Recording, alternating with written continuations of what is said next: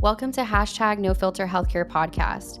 This is where reality meets medicine, raw, unscripted, and uncensored. Co-hosted by healthcare aficionados Taylor Dunn and Tamara Dhanda.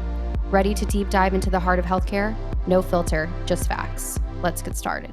Welcome to #No Filter Healthcare. I'm your co-host, Taylor Dunn. And I'm your other co-host, Tamara Dhanda. And today we're going to be talking about the change management and the introduction of change management into a practice. Well, this is like a hot topic always. I don't think this ever goes away. This is something that I hear about anytime I talk to a healthcare professional that is in a leadership role that has to adopt new technologies or anything that's going to provide any sort of change within their organization. This is always a topic. It's always a concern.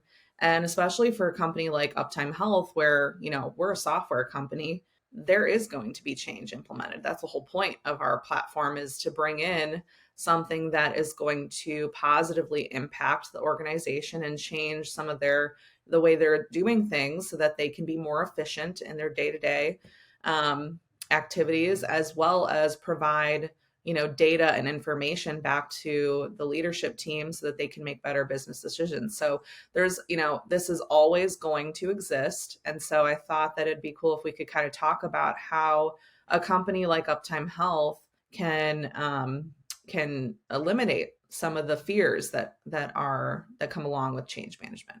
Yeah, and I think it's just the way that, especially when you're a technology company, how you kind of have to consistently change and not just provide change to another company, but also internal changes as well to make sure that you're consistently, innovating in the space. And so, I think there is something to say about just being open to change in both sides is like the key to success. I think that founders, especially that stay stagnant, are the founders that aren't as successful as the ones that are open, to changing new things, new processes, new software, new tools, anything, to help organize or restructure their company. I mean, it happens all the time. And I think, really Janesh is a testament to this because him and Bill are just innovators. I mean, these guys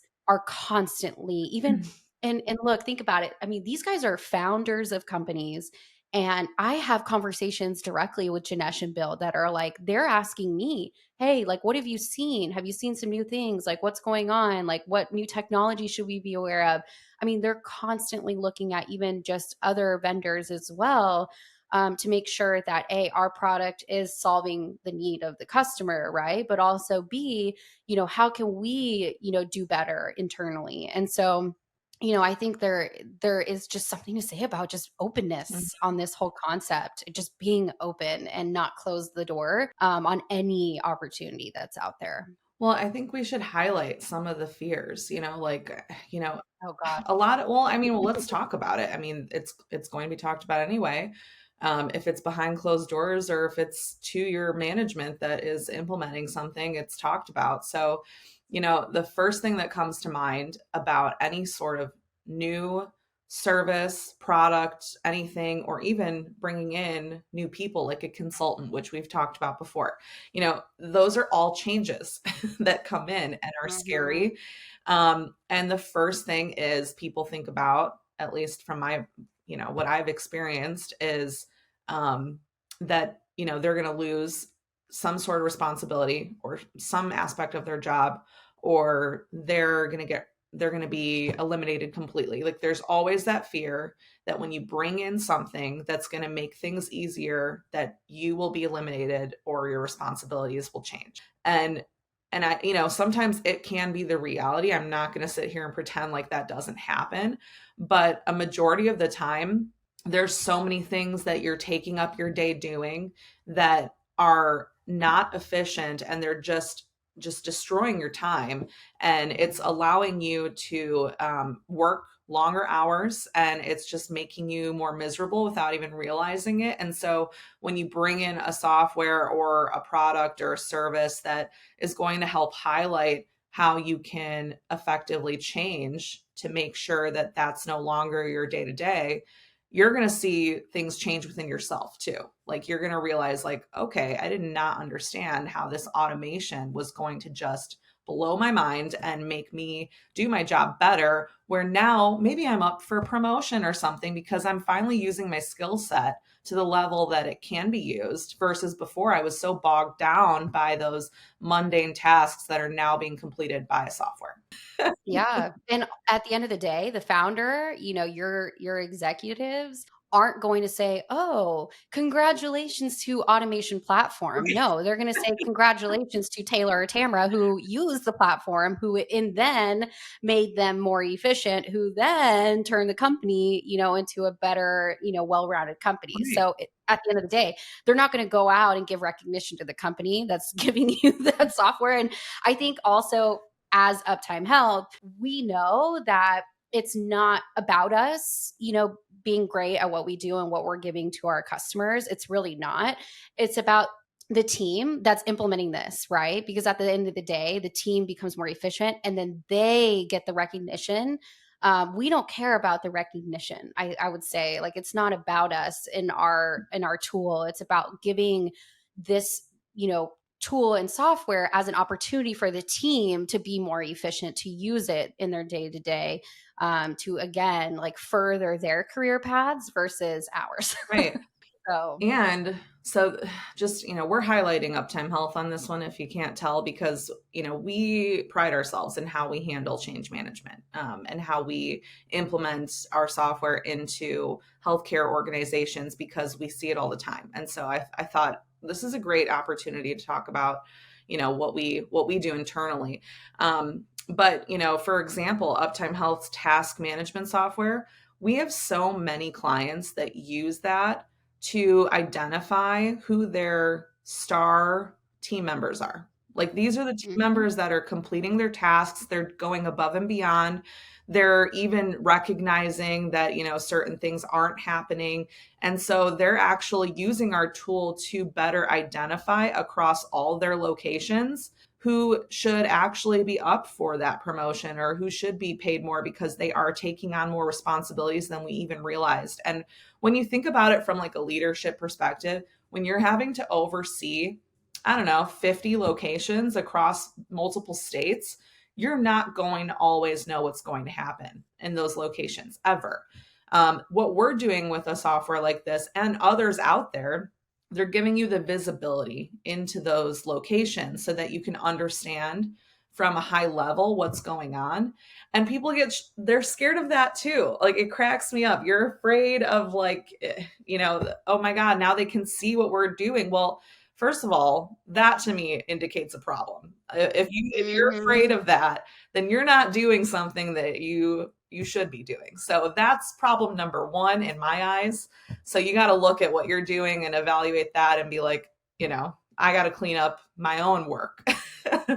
But secondly, I want people to be able to see into what I'm doing because I do want that recognition. I want people to know that I'm working hard and I'm getting my job done. So I don't see it as a negative. I know other people will disagree with me, but like, see, I think there's something behind that. Yeah, absolutely. And I would say like just thinking of like another sort of negative pain point to change. And this is the one that I commonly see because of course I'm looking at it from a marketing lens. So I'm looking at it from more like high level, just basic communication that's happening right now. The biggest thing is implementation Hmm. because we're dealing with a lot of staffing issues, staffing shortages across the world. It's in every industry. It's really bad right now. So they're thinking of, okay, so if I implement this new software, am I going to have to train up every single person after that, right, to learn this piece of software? Depending on how turnover happens, within my practice or, whatever. So I think there is something to say about like easeability and I will plug Uptime into this because there are people that literally do not use anything besides Microsoft Word and can still operate our platform because it's simple in that way.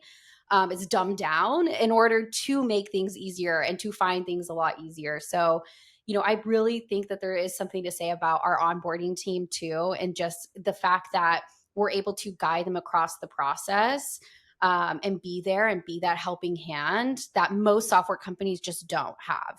They're just like, hey, you plug in your credit card, you use my software, and you kind of have to figure it out watching YouTube videos, or they're like, oh, we have one wiki page, right, with just basic information, versus having a team that's there to support you. So I think one of the biggest issues is just the implementation of that change. That I think a lot of people are excited about change. They want to have change in their practice, but they're like, "Ooh, when it comes down to like bringing it in, how are we going to do this? That sounds really stressful." Like, the whole onboarding process, I think, is what scares people. Yeah, and thankfully, we have kind of figured that out. And I shouldn't say kind of, we have figured it out at Uptime Health. And we have an amazing onboarding operations team where they've done it so many times that they have it down to an art. It's really an art form at this point. I look at what they do and how they support our clients, and I'm just in awe because they know what you're thinking before you've thought of it. Mhm. And then they can address it. But that's really important in change management, is being able to rely on the vendor you're working with to help with that support, because you as the leader who's making that decision to bring in this software needs the support from the vendor. Because if you don't, you're the one doing it on your own, and you're the one saying, okay, this is why we want to do it. And part of being the company that you're going to be working with, we provide actually literature back to you so that you can explain, like, these are the benefits, this is how it's going to be implemented, this is the process for everything step by step, so that you can kind of eliminate those fears, address their questions head on, and know that you have a very supportive company that has been through this before and can effectively manage this. Yeah, and ask people. I guarantee you, like, if you go and look at a company's website, you can see some of their clients. Sometimes they display logos, or you'll see that they get tagged in things on LinkedIn.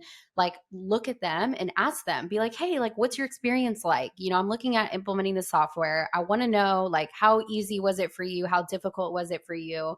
Little things like that, because you'll look at other pieces of software, and they claim sometimes that they have this strong onboarding process, that they help you step by step, but they don't fulfill that. And so I can see it from the consumer side, how you could be kind of on the fence on, like, yeah, if somebody's talking about onboarding, are they really going to onboard me? What heavy lifting are they going to be doing? Ask people, because I guarantee you, if you ask anyone involved in Uptime, you will know every person that's on our operations team. You will have heard one of their names before, because they are literally involved in every aspect of it, long term, short term, as much as you need it, as little as you need it. So I think there is something to say about just asking people in your community, asking people that are clients today, because they're going to they're going to know, right? They're the ones that are going to know everything that's happening right now, because they're using it. So, Yeah, and I think it's good from a client perspective too, to, as you're going through these changes and implementing these new softwares and products, recognizing what's working and what's not, and being very honest and providing that feedback to the company and saying, this is something that I really wish we could have done differently, or, can we do this differently? I think that I know my team, and I know that this is the better approach. And oftentimes they are going to be very receptive to that and be like, thank you for telling me, we will absolutely make that change, and go your way, because you're right, you do know your team better than we do. And so it's a collaborative process, is what I'm trying to get at. Like, this is something where change management is controlled better when you're working with the vendor hand in hand and understanding needs fully through the process, start to finish, and then beyond. So, like, for example, with our platform, our onboarding services, yes, we onboard your team, but then we fully support you moving forward. And so that's also really important to recognize, that these vendors, sometimes they do, it's not every model is the same, but for Uptime Health specifically, we're there always. We don't go away. mhm. So we're, it's nice, because it's nice to know that you can always rely on someone, and they can answer your questions. Yeah, absolutely. I think overall, though, when it comes down to it, these fears aren't irrational. They are fears that are common that Mhm. everyone has.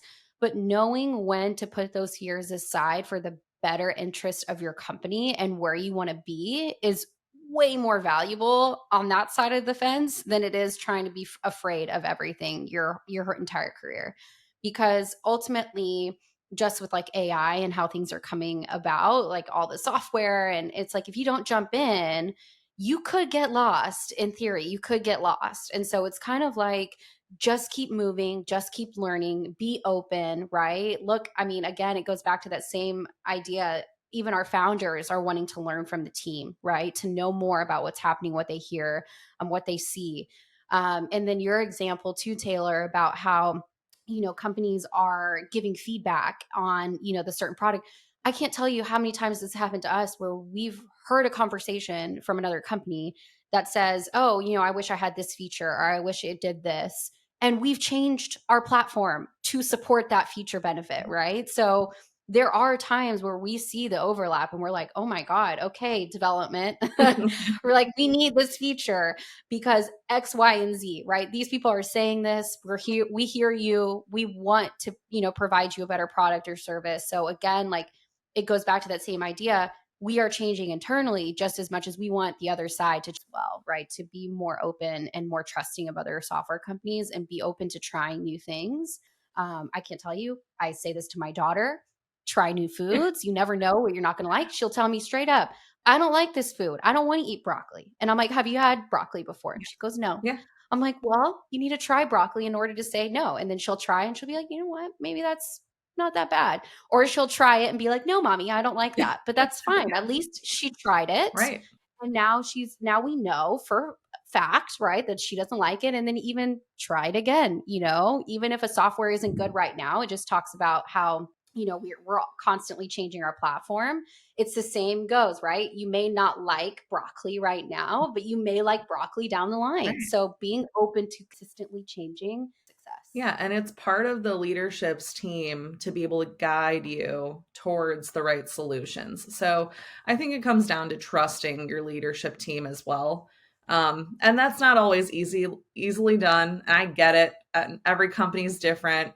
Not always going to be something you can do, but for the most part, you want to be able to trust your leadership that they're making the right decision for the business and for you as an employee of that team. So during that process, most times, I mean, I don't think I've ever been in a sales call where these questions aren't asked and the process isn't walked through before they even consider talking about using our platform. It is one of the earliest questions that's asked is how to handle change management and how to implement a new software like Uptime Health.